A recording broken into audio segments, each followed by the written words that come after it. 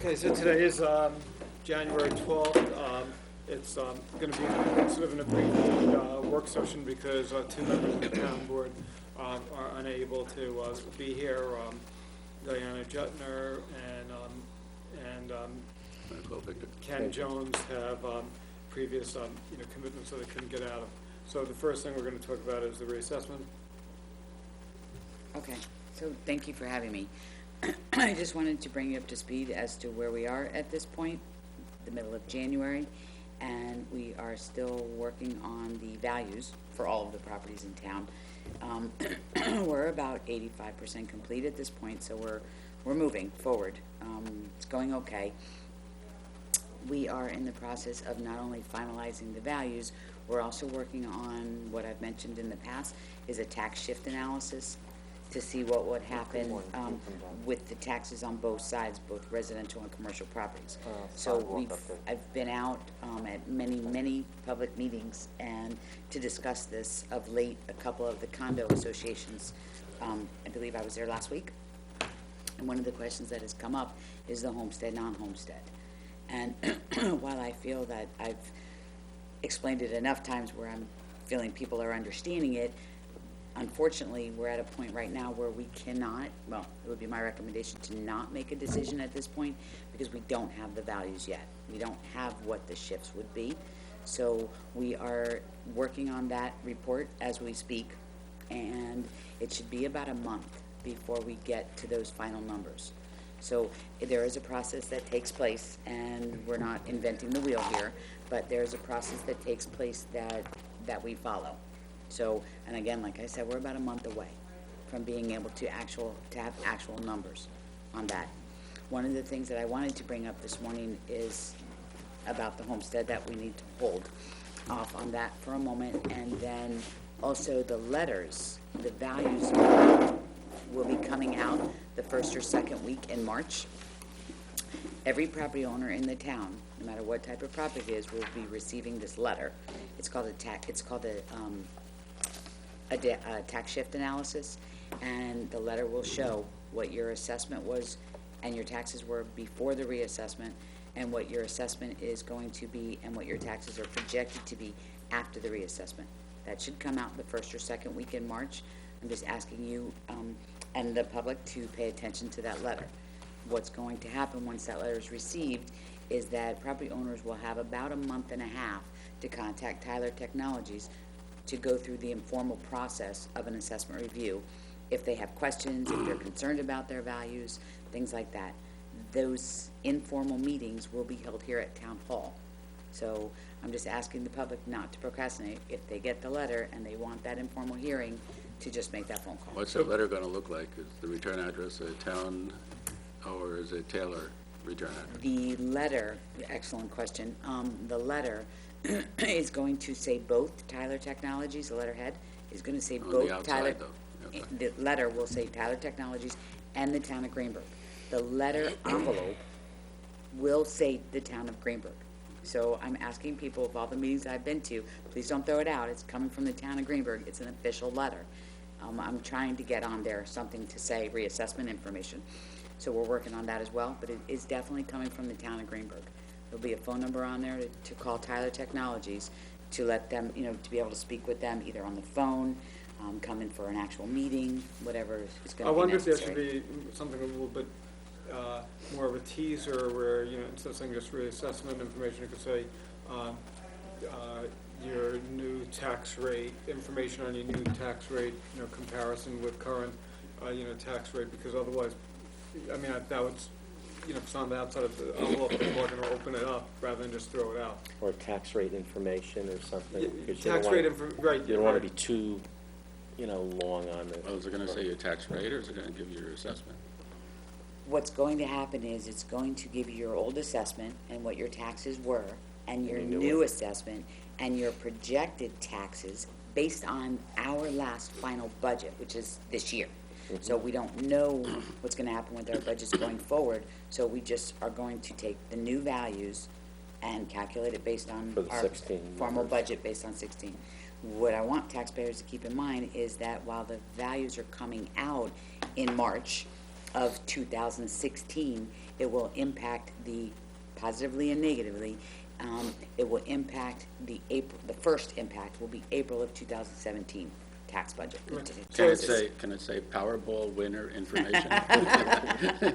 They'll open it. That's Pick your true. numbers, yeah. Right. Right. Now, it's going to be clear in the letter that this is only like a draft, so people have the right to, It'll say contact.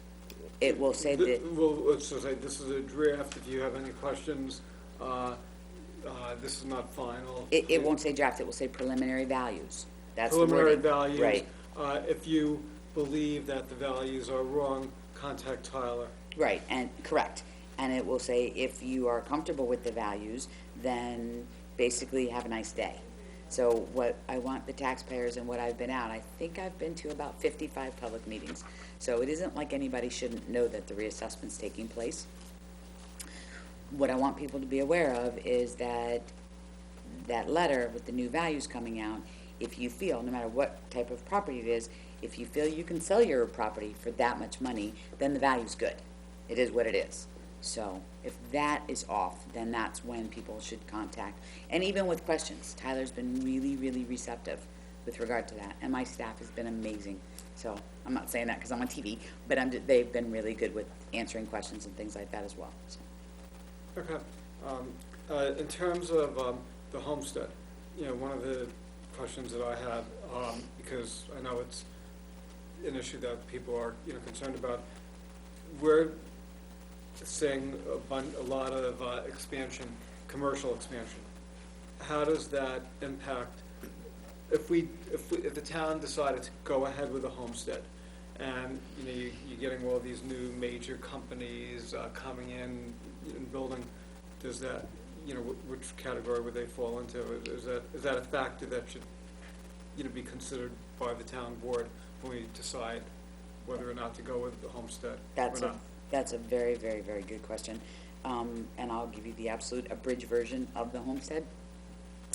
It was created back in the 1980s by the legislature to assist residential property owners, to maintain the affordability of staying in their homes regarding property taxes. So what they did was they created two classes of property, residential and commercial. So the homestead, it takes, for example, it's just a hypothetical example, but our taxes are generated by your budgets and by the assessments. So right now, hypothetically, the residential properties are paying 60% of our budget, and the commercial properties are paying 40%. That's hypothetical. After the reassessment takes place, some properties are going up, some properties are going down, some properties are not changing. What will happen then, again hypothetically, that where it was 60-40 before, now the residentials are hypothetically paying 80 and the commercials are paying 20. That will be a big shift in the property taxes to our residential class. If the town adopts the homestead exemption, then that 60-40 split that was before stays the same. So no matter what happens after the reassessment, the residential class as a whole will still continue to pay 60, and the commercial class will continue to pay 40. So to answer your question about all of these millions and millions of dollars that are coming online in the next couple years, commercial property values, the new development, will stay in that commercial class. So those millions of dollars of new assessables will not affect the tax pool of the residential class, only the commercial, if we adopt the homestead. If we do not, and those millions of dollars of assessables come online, that will assist in offsetting all of our property taxpayers. That's the way that it works. Right. The other issue is, Just let me just elaborate on that a little bit. I don't know the details. We've been discussing, the building inspector's been here as well, but there's at least 4 or 5 big projects coming online in the next 2 or 3 years. Big dollars, property tax dollars. so if we do the homestead, then the homeowners would not benefit from the new commercial development. That's correct. Also, I was reading an article that in another community that was considering Homestead, some of the commercials, have threatened to leave. Are you familiar with that? It's always a possibility, because another thing that, part of the homestead exemption is that you not only have two groups of properties now. If you adopt the homestead, you'll have two groups of properties. A lot of times what happens with town boards, they'll decide to take those two classes of properties, and the tax rate will be lower for the residential property owners and a little bit higher for the commercial property owners. That's a decision that the town board has to make at the time you're making the decision to adopt or not adopt the homestead. It's not only the two classes, but it's also the difference in the tax rates. What's been happening around the county in those communities that have done reassessment so far? There are many municipalities in the county that are either reassessing currently or that have of late. The town of Amerenik, they did their townwide reassessment 2 years ago, and they decided not to opt into the homestead exemption. Town of Scarsdale decided not to opt into the homestead. The town of Pelham did not. The village of Bronxville did not.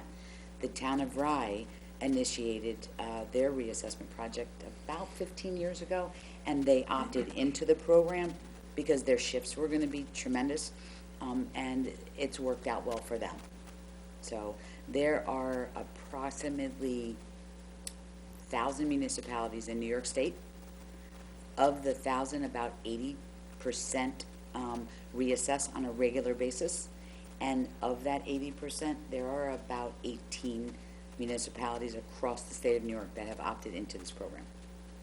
So, for various reasons, opted in or not opted in.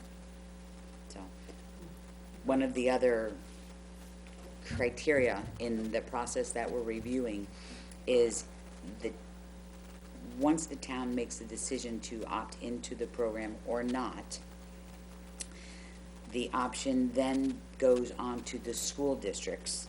All 10 school districts have to make a decision whether they're going to opt into the program or not.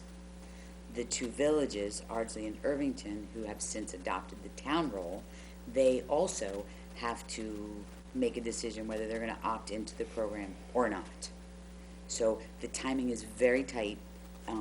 We'll know numbers, preliminary numbers, sometime towards the end of February, so it's about a month away.